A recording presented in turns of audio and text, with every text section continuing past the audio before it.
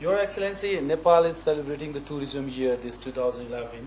You have already known this, and there is a large number of tourists visited from Israel here in Nepal. How Israel can contribute to make it succeed? We already are contributing to make it succeed. I think what's important, the amount of Israeli tourists who come here is, relatively to a small country, very high. It can always be higher. Like I said before, we always try to do a bit more. What we're trying to do at the moment is to translate, and this is working with Israeli companies, tourism companies, we already actually, we've been in contact and we've been working on it, is to try and bring the tourists who come here to spend as much money as possible when they come here at the end of the day. What's important is the tourists who come here is not just budget tourists who come with their backpacks, they're important as well, but also to try and bring here as much as possible tourists who are at the higher level, tourists who are older usually, who have more money in their pocket and more to spend, which is at the end of the day, which is what's important for the economy. So already this year we've been working with the different tourist organizations in Israel, and we've had already quite a few groups who have already come, who've decided to do through their, for example, through their company, who the company in Israel gives them a certain holiday or a certain travel abroad. Yeah. So we're already this year, we've had quite a few of them who have channeled and who've come to Nepal in organized groups, which we think is very, very important.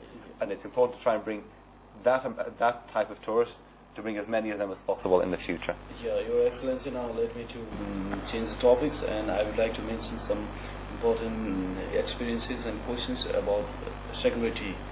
That you have already known that Nepal is also suffered from internal security problems. Yeah. Lots of challenges here. So Israel is known as the very, very strong security system, both on policy and technology also. What are the things that we can learn from Israel to make our security strengthened? I think there's lots of different areas within the security field where there's room for cooperation. We're in negotiations with the Nepali government in order to find which areas are the most appropriate. Of course, as part of the peace process here, there's been different issues where it's been more acceptable to work, different areas where cooperation is more important.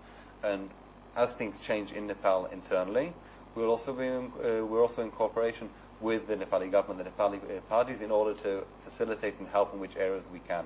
To say which areas specifically, I don't think it's appropriate now. I think it's things which we should be discussing with the government. We are discussing with the government to find things which we can help, but also not to change the balance within the country, in order not to this help in order for it not to cause any damage, in order for it to be productive for the country. Your Excellency, now let's change the topics to the foreign employment. Okay. Israel is known as the very beautiful and good destination for the Nepalese foreign employer, Nepalese people. Yeah. But that's banned from 2007, so far as I'm concerned, isn't it? So, No, when it will open, okay. people are waiting this answer. It's not banned. We have definitely been taking less. Yeah, it's postponed. It's postponed, and it's things which. Let's go to the past, and then let's talk about the present and the future. For Israel, it's very, very important that whoever comes to work in Israel, be it from Nepal, Thailand, whichever country, is treated in a respectful and in the right way. Right. It's very important. The experience that the Nepali worker has coming to Israel has got to be a good one. He's got to work hard, but at the end of the day, he's got to be treated in the right way. He's got to make sure that the money that goes to him. He's got to make sure that that he's treated in a respectful way during the time that he works in Israel, and we make a lot of effort in order for that to happen.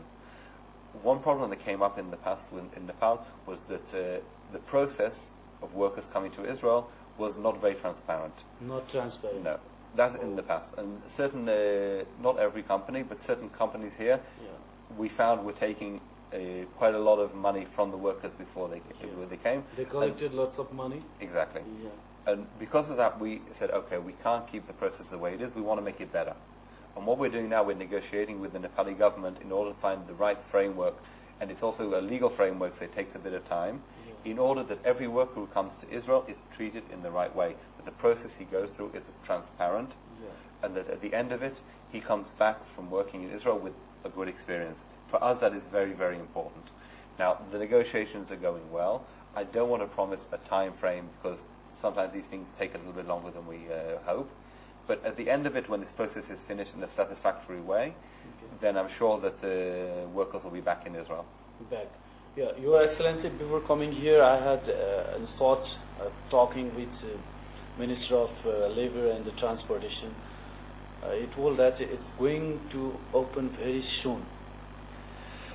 What you would like to assure to the Nepalese people and the policy maker and the employer who is quite interested to be in Israel, what are the messages that you would like to express?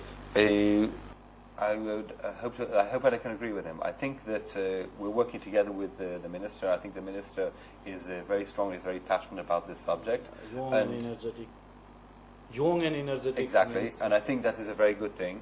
And it means that the processes were going a lot quicker than it did in the past. And I hope to give a time frame, I'm going to be very careful. But as soon as the negotiations are done in a way which is appropriate for both sides and we can all agree on, then of course workers will be back in Israel. Your Excellency, can you mention any timeline about the date that when it will open again?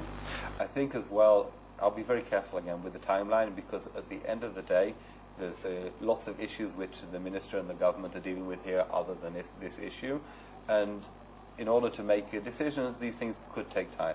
Like you know, even more than I do, there's other issues which are on the table for the government at the moment. And we'll do the best we can in order to make it as fast as we can. But I can't promise a deadline. Yeah, then the transparent system and policies should be there.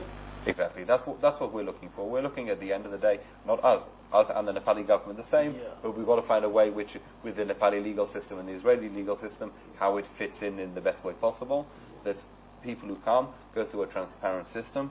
All is in Israeli court or Nepalese court? I don't think it's in our court or their court. I think it's a matter of cooperation and working together.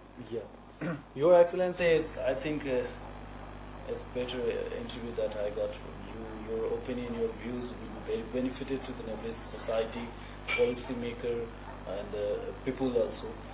That's why eventually would you like to mention any messages to the Nepali people through the Israel, with your friends on the behalf of Israel? Yes. First, thank you very much for giving me this opportunity to speak to the Nepali people. I want to say that the relationship has always been a very, very good one, and it gets stronger from day to day. I wish the Nepali people a lot of luck and a lot of success in the future with the peace process, with the constitution building,